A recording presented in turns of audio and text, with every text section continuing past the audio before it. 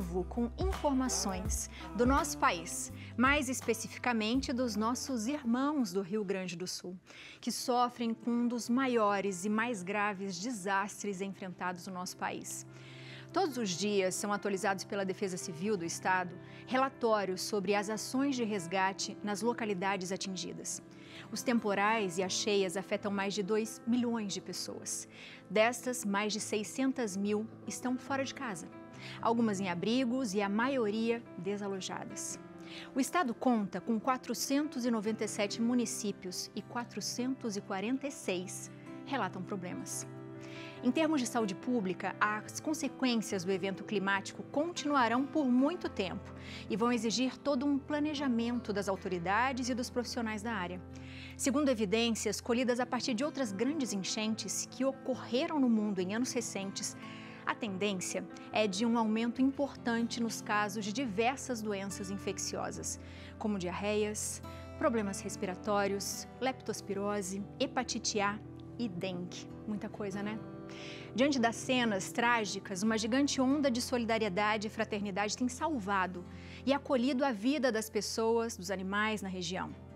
Como eu sempre falo aqui, nós somos únicos e alguns de nós têm necessidades especiais. Por exemplo, como as famílias atípicas. Pensando nelas, abrigos estão sendo criados. Um outro destaque são para as bases de acolhimento para mulheres e crianças vulneráveis, vítimas de violência. Reflexo do que já acontecia na casa dessas pessoas e que agora aparecem aos olhos da sociedade. Nós, civis e fraternos aos nossos irmãos, a gente tem uma missão longa a ser cumprida com muito acolhimento, muita informação, muito cuidado. Nesse momento, a informação mais solicitada é sobre a vulnerabilidade do estado do Rio Grande do Sul aos extremos do clima para os próximos dias. E quem tem mais informações para a gente é a repórter Letícia Andrade, que está no Centro Nacional de Monitoramento e Alertas de Desastres Naturais de São José dos Campos. Boa tarde, Lê. Oi, Abi, boa tarde para você, para o Léo e para todos que nos acompanham aqui no nosso Santa Receita. E hoje, para a gente falar dessa que é a maior tragédia climática do Rio Grande do Sul.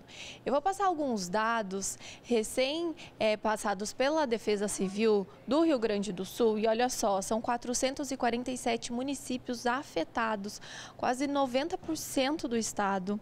2.115.703 pessoas foram afetadas com toda essa tragédia. Tem 80.826 pessoas em abrigos, são 538.241 desalojados, gente. Feridos são 806 pessoas, 127 estão desaparecidas e 147 tiveram óbitos confirmados. É uma tragédia, tudo isso que a gente tem acompanhado é muito triste. Todo aqui o nosso carinho e amor a todos os nossos irmãos do Rio Grande do Sul. E por isso eu estou aqui no Centro Nacional de Monitoramento e Alertas de Desastres Naturais, aqui em São José dos Campos. E o Giovanni vai conversar com a gente para explicar por que é que tem acontecido tudo isso, Giovanni, e infelizmente vai continuar, né? Boa tarde para você.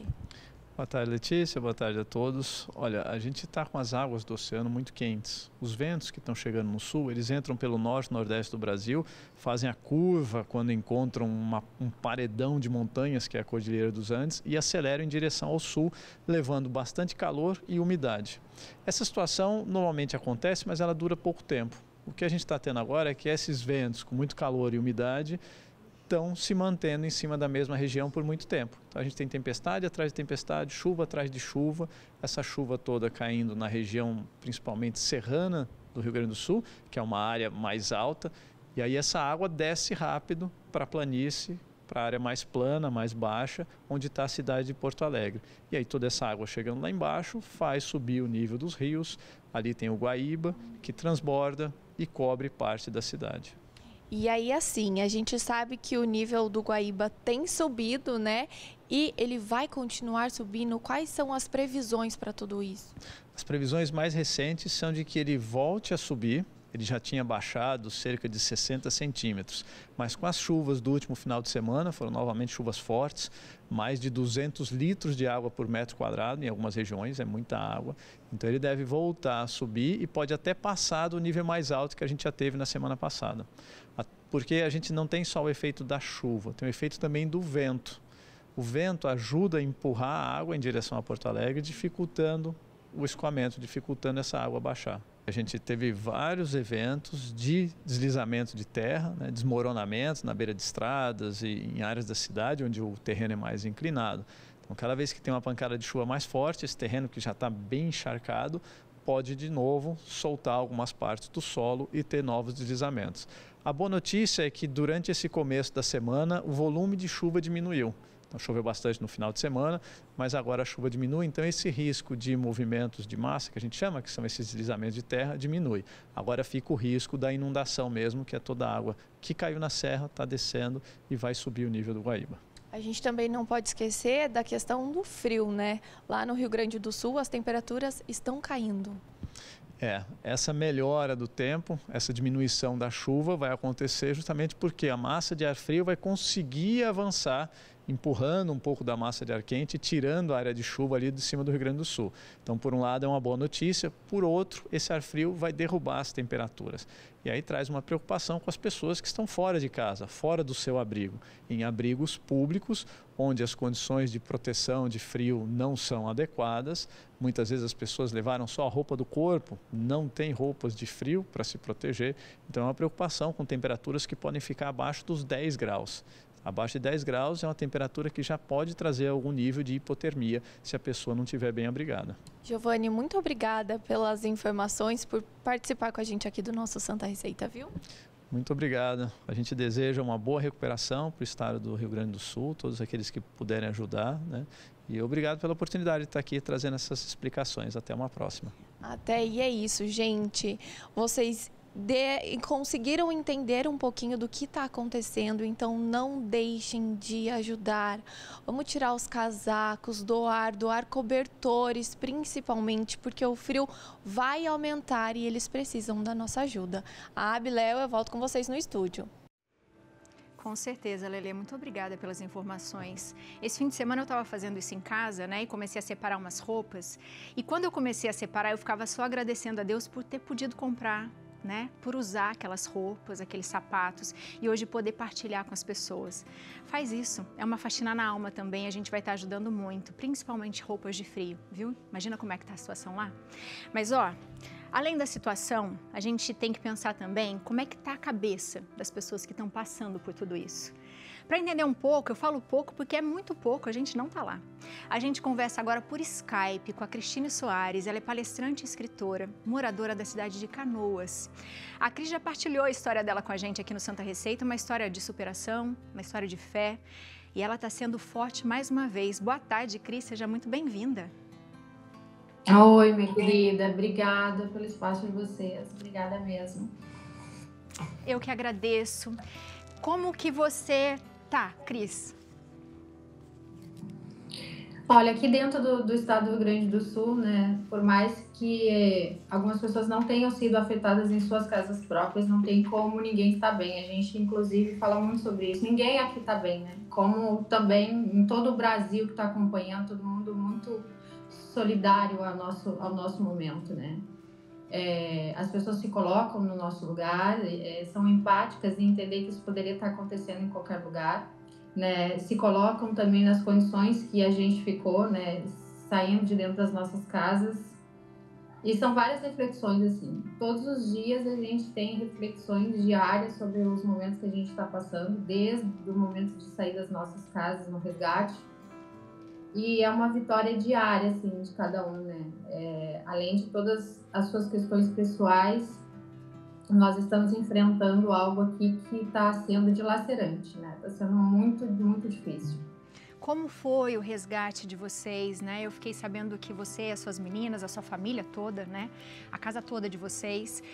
Você teve um resgate, foi resgatada por um pescador. Eu queria que você contasse qual que é essa sensação? Porque a gente fala 48 horas e perto do que a gente tem visto parece rápido, mas deve ter sido eterno. Como foi isso para vocês? Como aconteceu? Eu moro na cidade de Canoas, né, que foi a primeira cidade que começou com alerta da Defesa Civil, né, para que as pessoas pudessem estar atentas, né? Já estava chovendo alguns dias já na Serra Gaúcha, e quando essas águas começaram a descer, como agora o especialista estava falando aqui, né? A gente que está vivendo aqui, a gente está entendendo perfeitamente tudo que ele está falando. Quando essas águas começaram a descer, elas vieram muito fortes aqui para a cidade de Canoas. Foi as primeiras evacuações, né? Depois que foi para Porto Alegre, Eldorado do Sul, São Leopoldo, mas ali foi a primeira água, né, que começou os alertas.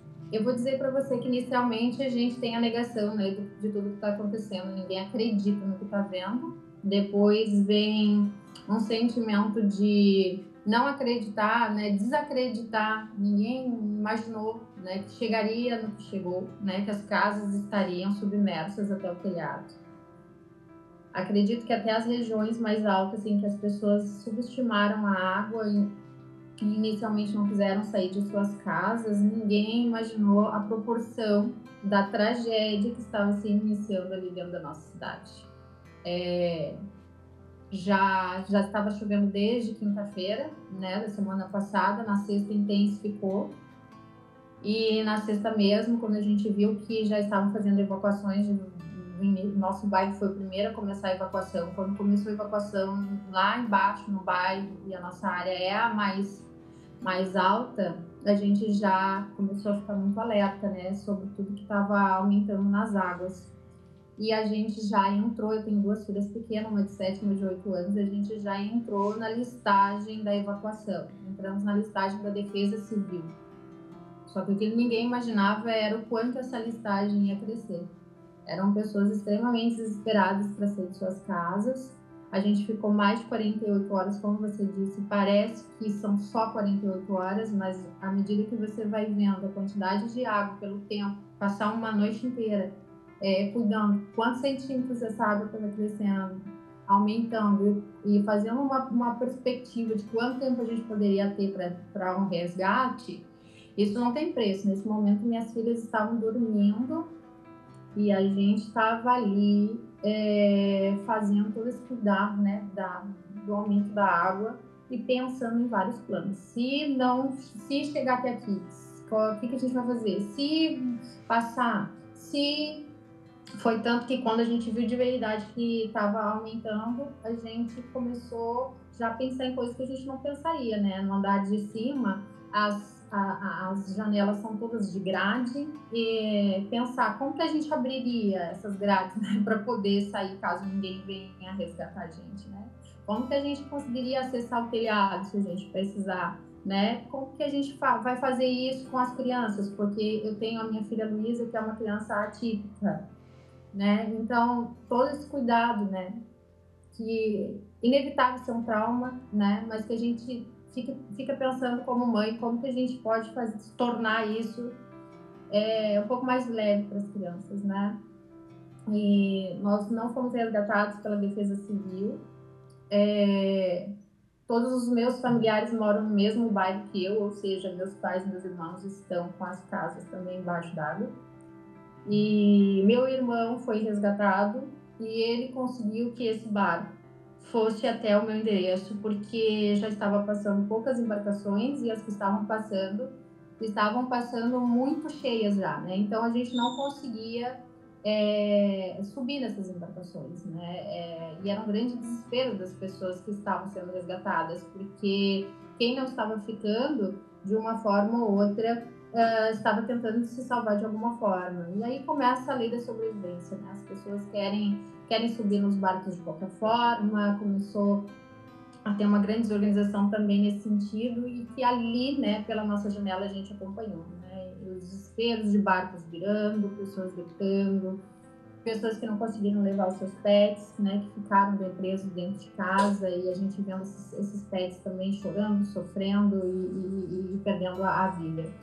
tudo muito, muito difícil, né? O que eu sempre agradeço, né, são essas pessoas que estiveram lá como voluntários. O barco que nós fomos resgatados é de um pescador da cidade de Palmares do Sul. Ele deixou a família dele lá e veio com o barco dele.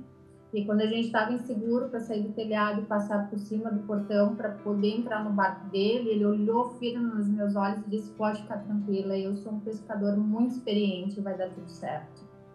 E quando eu estava sentada no barquinho dele, com as minhas filhas, uma de cada lado, ele falou: eu posso tirar uma foto de vocês? Porque eu estou falando nesse momento com a minha esposa e ela está pedindo para que eu volte para casa, porque ela está muito preocupada comigo.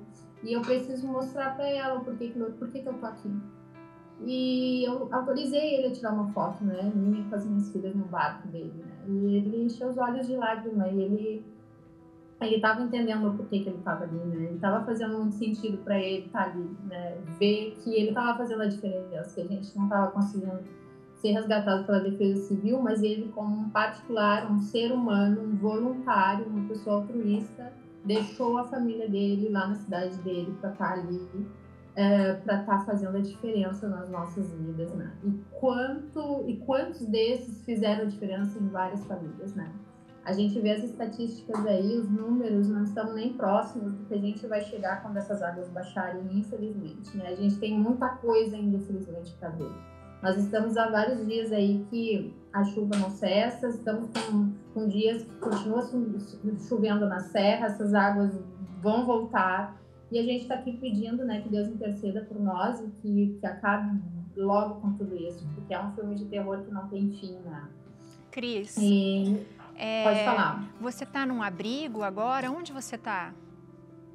Quando nós saímos, né, resgatados, os meus pais já tinham sido resgatados. Eles estavam numa casa de amigos que não estavam no sul, estavam em Santa Catarina. Então nós ficamos entre 14 pessoas, 4 pets, sem água, e todos juntos na mesma casa, né? E precisamos entrar na listagem do abrigo para que a gente pudesse pegar as coisas que a gente precisava, porque a casa também não tinha mantimentos, né? Eles estão em Santa Catarina. E aí foi que a gente começou a enfrentar várias coisas que hoje estão chegando na mídia, que hoje as pessoas estão tendo conhecimento, que as burocracias, tanto para acessar essas coisas, quanto para ver o quanto que coisas que deveriam estar chegando de forma muito rápida e imediata nas pessoas que precisam, estão tendo burocracias. E agora o que a gente está encontrando também de pessoas que estão dando relatos nas estradas, de voluntários também que estão emprestando as suas cargas para chegar coisas aqui, estão sendo ou saqueados no caminho, ou estão desviando cargas. E tudo isso é muito dolorido, porque a gente está vendo um país inteiro, gente aqui em vários momentos, quando esmorecemos ou quando ficou muito difícil, a gente começou a ver o quanto que todo o país estava se mobilizando para mandar coisas para cá, que a gente viu que a gente não estava sozinho. Isso fez uma diferença muito grande para todas as pessoas. Eu participo de vários grupos aqui onde a gente se ajuda. Eu saí sem nada, recebi as roupas, sapatos para as minhas filhas. A gente tem uma previsão aí de 4 a 5 graus na quarta-feira. Vocês imaginam o que é isso, né? E tudo molhado. E a gente conseguiu de imediato, na nossa rede de contatos e amigos que não foram atingidos, que nos enviaram isso, e dessas coisas a gente conseguiu selecionar as coisas assim mais importantes para a gente ficar, né? Não tem como ficar condicionando e nem tem como segurar agora recursos, né? A gente tem que dividir tudo. Então a gente conseguiu mesmo recebendo doação, doar muitas das coisas que chegaram até nós que a gente poderia compartilhar. Cris. Hoje a gente está vendo aqui famílias que não estão doando ou descartando, estão pessoas compartilhando os guarda-roupas dos seus próprios filhos com as crianças que estão precisando. Então é muito histórico tudo que a gente está vivendo, não só em quantidade de água, mas também de aprendizado, né, para todas as pessoas. Com certeza, com certeza. Cris, o Léo quer dar uma palavrinha com você, mas é tão forte te ouvir falando, por conhecer a sua história e saber tudo que vocês estão passando, que eu já queria, como se você estivesse sentindo um abraço todo carinhoso nosso aqui, com muito amor para você, e que a gente possa te ajudar da forma que for necessária, levando informação, as pessoas doando o que elas estão doando, com as nossas orações, viu, minha querida? Um beijo para você, Léo. Obrigada, meu amor. Obrigada, obrigada. Isso é muito importante, faz muita diferença, né? Eu, em particular, né, com uma filha atípica, fazem 30 dias que eu tomei a minha última quimioterapia. Estamos aí há 2 anos enfrentando, né, a batalha do câncer de mama. E pensando num novo recomeço nesse sentido, vem algo assim, para mostrar que a gente precisa muito, muito de ter esse relacionamento com Deus, porque sem isso a gente não consegue mesmo. Ô Cris, primeiro quero te agradecer, né, o seu depoimento aqui, está sendo emocionante, está todo mundo muito emocionado aqui no nosso estúdio, obrigado mesmo, tá? Eu queria te perguntar o seguinte, em relação à doação, qual é a maior necessidade hoje, né? A gente já falou de roupa de frio, mas o que precisa mais hoje se alguém for doar algo neste momento? Qual que é a maior necessidade hoje? Você sabe que a gente está encontrando muitas pessoas de fora do estado que estão querendo ajudar de algumas formas que não está chegando aqui, tá? Eu estou vendo o trabalho de muitos blogueiros, influenciadores das redes sociais, pessoas que têm autoridade dentro das redes sociais, vindo para o Rio Grande do Sul de forma muito efetiva. Pessoas que estão arrecadando dentro dos seus perfis, pessoas que têm autoridade, que são verificadas dentro das redes sociais, fazendo muita diferença. Hoje, o Pix do governo do estado e todas as formas oficiais estão tendo uma dificuldade de chegar nas pessoas. Eu hoje estou num limbo, como várias pessoas. Não estamos em abrigos, mas estamos desabrigados. Então, assim, essas pessoas estão conseguindo fazer com que esses mantimentos de comida, de água, estejam chegando nessas famílias que estão sendo acolhidas por outras famílias. Hoje eu estou na 3ª casa desde que eu saí da minha casa. Né? A gente vai passando, sendo acolhido um pouco em cada casa, cada um divide um pouco o que tem. Então, um olhar para essas pessoas que estão fazendo esse trabalho na internet muito bom, né? Fazendo vaquinhas para que eles próprios estejam aqui fazendo esse trabalho. Está sendo muito efetivo, tá? Essas doações que estão vindo através de outros órgãos oficiais, a gente está tendo um pouco mais de dificuldade de acessar. Tem alguns abrigos que estão extremamente abastecidos, com toneladas de coisas, e tem outros que ainda não tem nada. Então, tá muito desorganizado ainda essa situação. Então, essas pessoas que estão fazendo chegar essas coisas imediatas nas famílias está fazendo muito, muito sentido. Então, é por isso que aqui nós estamos com um lema muito grande, que é o povo ajudando o povo, porque é exatamente o que está fazendo a diferença agora aqui entre as famílias, né? E, claro, o alimento é muito importante, né? A roupa, nós estamos num estado fragilizado, né, onde ninguém consegue ajudar muito, ou está na situação de desabrigado, que perdeu tudo, ou está na condição de estar apoiando seus familiares e amigos próximos que estão sem nada. Então, nós precisamos muito da ajuda dessas outras pessoas, né? Eu estava até vendo ali o meu Instagram, ele tá com outro arroba, depois se vocês puderem arrumar no GC. Quem quiser encontrar aqui o meu Instagram e ver todas as postagens em tempo real do que eu estou falando que está dando certo, que não está, é Liz Cristine Soares. E eu tenho certeza que dentro das vaquinhas dessas pessoas que estão fazendo, que está chegando aqui efetivo, a maioria das coisas que nós recebemos aqui conseguimos distribuir para os nossos vizinhos, para os nossos amigos que estão ou em abrigos ou acolhidos por outras famílias.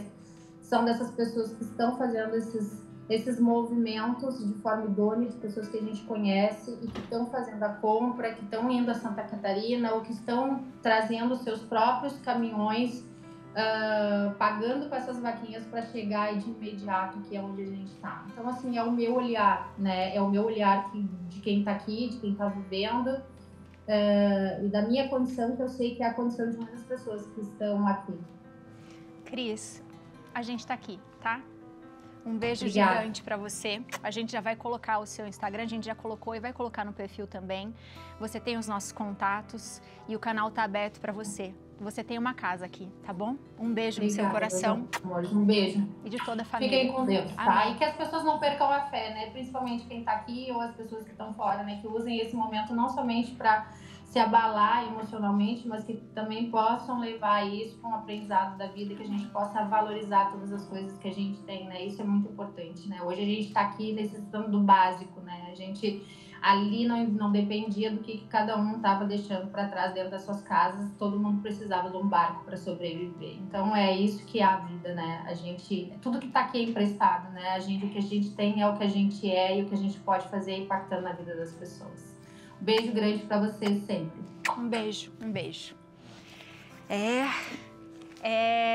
A gente acha importante, né, quando a gente chama as pessoas para vir aqui no Santa Receita para contar a história delas pra gente, e quando a gente sabe onde elas moram, como é o caso da Cris, a gente achou que o mínimo que a gente devia fazer era saber como é que ela estava agora, né? Então você de casa que conhece alguém, tente perguntar como você tá, como eu posso te ajudar, porque tem muita gente aqui que tem família lá também e que também não está bem, viu?